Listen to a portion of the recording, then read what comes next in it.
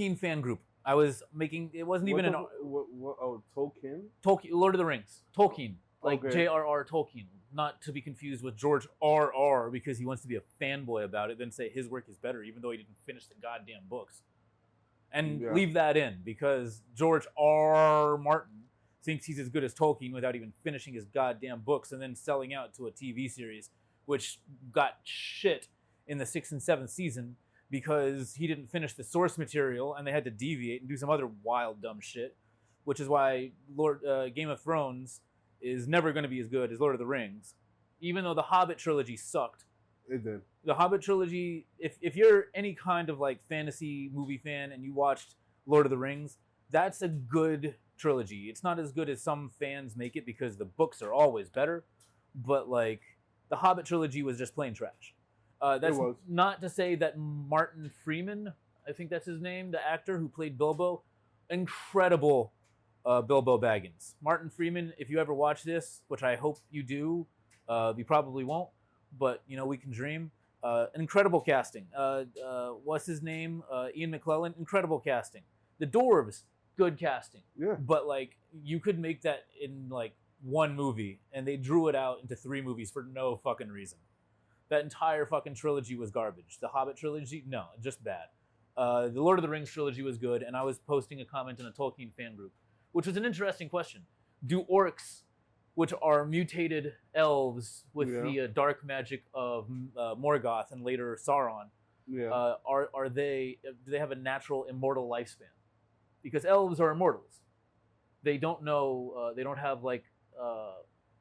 They don't have a natural death like men do, like dwarves do, like humans they gotta do. get killed. They have to get killed, but like orcs are mutated through dark magic in the Tolkien universe. Like there are other universes where orcs are pigmen, or in World of Warcraft they're just from another realm and then they're enslaved by demons. Yeah. And they're not inherently evil. They're just more like warlike, and they can be not quite as evil when they're not under the enslavement of demons, right? That's the World of Warcraft orcs. They're bad, but they're not like full inherent lawful evil. Yeah. In Tolkien, they're inherently evil. Yeah, because they got mutated by dark magic. Right. They're just bad. But are they immortal? And the honest answer is you don't know. Because orcs spend all their time killing everything, including each other, so you don't actually know if orcs have a natural immortal lifespan. They just kill each other all the time, and they kill when they're actually given direction by like Sauron or Morgoth or Saruman, who eventually succumbs to the power of the dark side, which happens a lot with what's his name? God, why do I forget his name? Who was the actor? Christopher Lee, incredible actor. Yeah. Who was also in Star Wars as that bullshit plot device to save the world from Darth Jar Jar Binks, who would have been an incredible like plot twist, and George Lucas chickened out. But I'm all over the place now. Yeah. And with that being said, roomies, welcome back. This is another Reacts. And of course, we got that guy with me, Mike. I like all nerdy shit, not just anime. I'm just saying, like all nerd culture, like all of it, like it's a broad thing for me. Yeah. Like the fantasy realms, the fucking video game realms, anime. Like let's do it all, bro. I'm down. I'm not down with the Lord of the Rings. You're not down with Lord of the Rings? No. Okay, well, like that was the. But I am down with Star Wars though. I am really down with Star Wars. I think Lord of the Rings was like my introduction into the thing that got me into nerddom.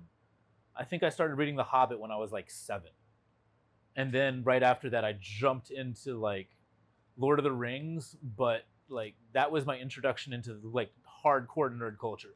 Actually, I remember getting into nerdism once I started to hanging out with one of my old friends, Nephi. And he introduced me to like Japanese anime, not just like Dragon Ball Z or like what was running on Toonami.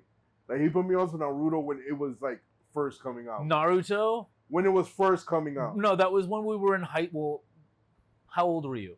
Because I was like in the 7th grade, like 12.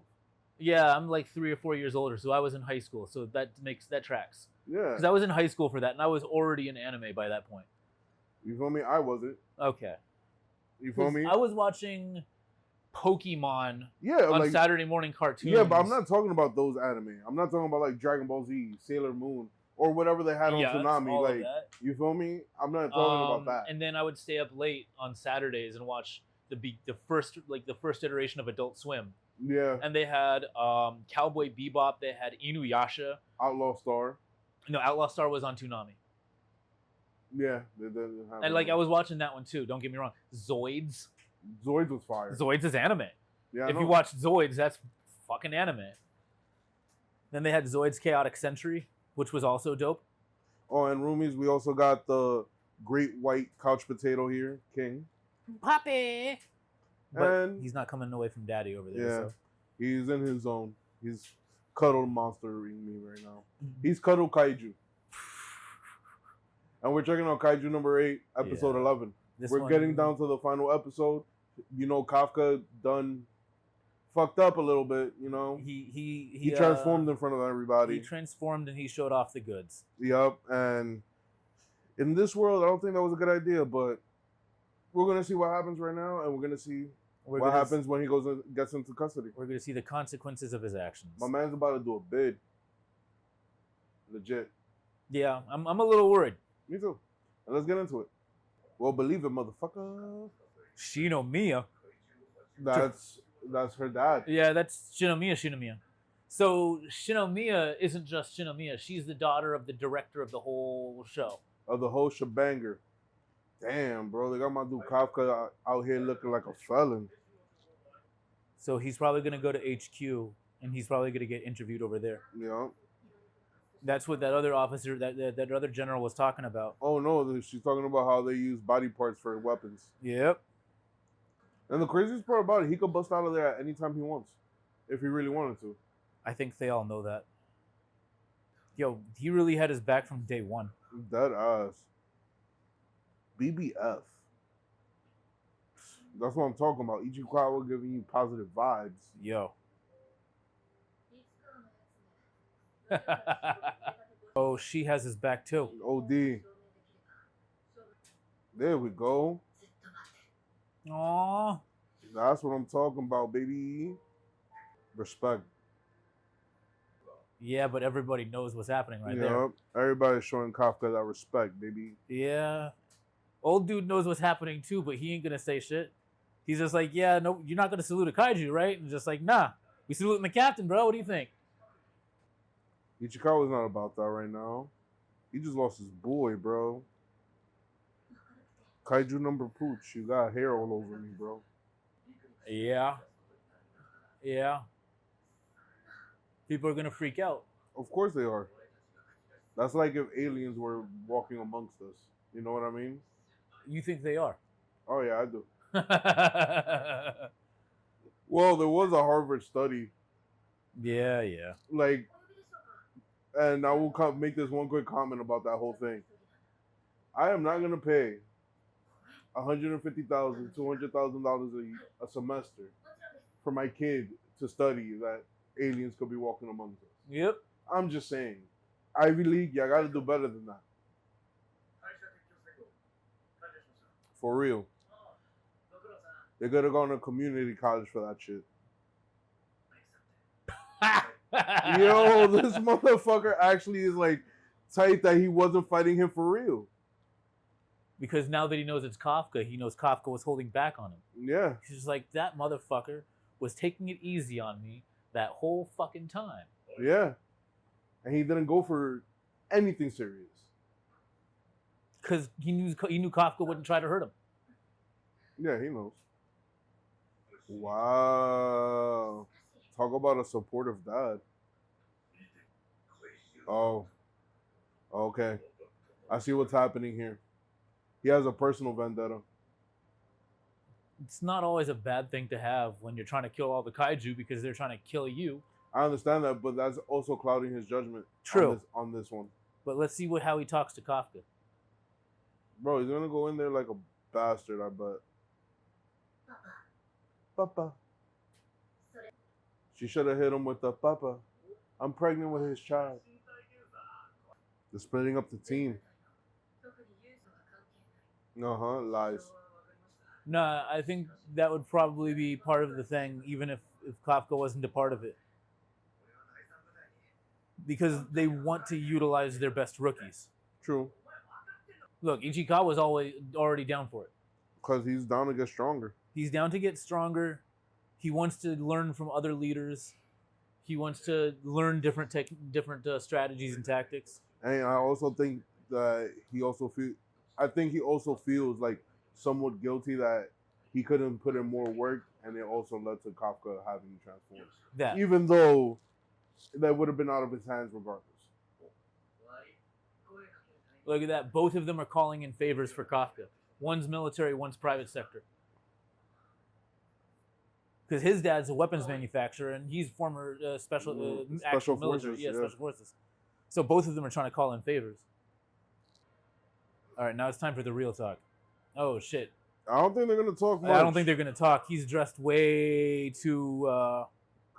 He's in the gear, bro. He's in the gear. And the crazy shit about it, his suit is not even like everybody else's suit. His shit is all black. Oh shit! He is gonna have a conversation with him. Yeah. But with his fist. Wow. That wasn't really nice of him. That was a dickhead ass move. Kaiju number 2. Oh, they made some gauntlets out of Kaiju number 2. Yeah, those look like some real nasty things. Oh, he's being a bitch. What the fuck was that? You're not gonna fully transform. Yo, he already lost an arm. Yo, stop playing with him, bro. Stop playing with him. Those are some fucking... It must have been a minute since he's seen combat, because they were like, he still got it. That was dope. He took that square. Yeah. Kafka, stop playing with him, man. Put in that work, bro. Oh, there's way too much of that kaiju's essence in those weapons. Yup. Okay, so Dai Kaiju aren't necessarily humanoid kaiju. I guess they're just of a certain power level. Yeah, it's got to be like 9 or higher or some bullshit. Oh, god damn. He needs to stop fucking around. You got no leg, bro. No legs. I think he realized that Kafka is no longer in control. Oh, Kafka is definitely not in control. Definitely not. He's having one of those. He's having a Gara moment. Yeah. Well, that raises a new question of, is Kafka human? It does. But... Because we know him as a human, but that kaiju did go down his throat and is sitting in his heart. It is true, but like I said before, he's having a Gara moment, bro. We all know what's going to happen. He's going to lose control. Yeah. Then out of nowhere, he's going to be able to break out of the fucking kaiju control and take over again. And this is how we know what's going to happen. But I will say this. The animation for this fight right now is insane. I fucking love it. I actually really like the implication that Kaiju number 8 is only coming out, like the kaiju inside him is going out, going crazy, because it senses the other numbered kaiju. So back when in the last battle with number 10, right? Those Yanju, whatever they are, right? They were falling in line and working as a unit because there was a stronger, more powerful kaiju that was able to dominate them and force them to work as a unit. Yeah. The Dai Kaiju are obviously like very territorial and very, very strong and prideful. So their instincts are automatically to fight them. Its instincts are automatically to the strongest is the leader. Yeah. So if Kaiju number 8 is one of the strongest kaiju, then it's automatically going to challenge the strongest kaiju it sees. So it's not attacking Shinomiya. It's attacking Kaiju number 2. Kaiju number 2. Because it still has a lot of its presence inside of the weapons. A lot of that essence is inside those weapons. So Kaiju number 8 is wilding out and taking over Kafka because it's just like, I see another kaiju in the room, it's on. It's on empowerment. It's like but it is alpha dog. But it is the director's fault, though. that this is I happening right mean, now. He could have been like, "Yo, let's talk about this." he could have, But he has his methods, and like I'm not necessarily gonna say those methods are wrong, but it might not have been the right approach. definitely wasn't the right approach Because on it triggered the shit that was inside Kafka, and Kafka was just like chilling, going a little vigilante mode, playing defense forces, that. and then he got caught through his own fault. Like Yep. he had to He- save he his done he had to fucked save around. his squad. He He done had- fucked around. He had to punch the nuke, right? Once in a while, you got to just uppercut a nuke, right? Yeah. That happens. To But- save your people. You know? Save your boy. You gotta save the squad. You gotta save the squad. boys. You gotta save the squad. Jesus Christ. It's summertime. He's gonna molt. He's I gonna know, molt. but that's crazy. Yo, King, why are you shedding a whole carpet? Facts. The puppy is shedding. The point is, when Kaiju number 8 senses not Kafka, but the Kaiju senses Yeah. another Kaiju, that Kaiju detection radar goes off, and it's just like, where's he at? It's Yeah. instant square up mode. It's like when King was younger and he sees those other dogs with their balls, and he's just Younger. like, yo. The younger, Yo. still to this day. Yo. Still to this day. I mean, I'm he's, talking to you. He's He's calmed down a little bit, but like Kaiju number 8 is like fresh. let's go. He's ready. He's like, I am the alpha kaiju. I'm the one to beat. I smell a kaiju. I want to piss on that tree. Facts, yeah. Right. So, So roomies, with that being said, we'll check you on the final episode of Kaiju number 8. like and subscribe so we can sell out and we can like make better content, because Kaiju number 8 is dope and we're putting you onto this shit. We definitely are. Until next time, peace. Piss on a tree. But ask first. I mean, the tree's not going to give consent. You never know. It might need consent. Ask the tree for consent before you piss on the tree. Facts.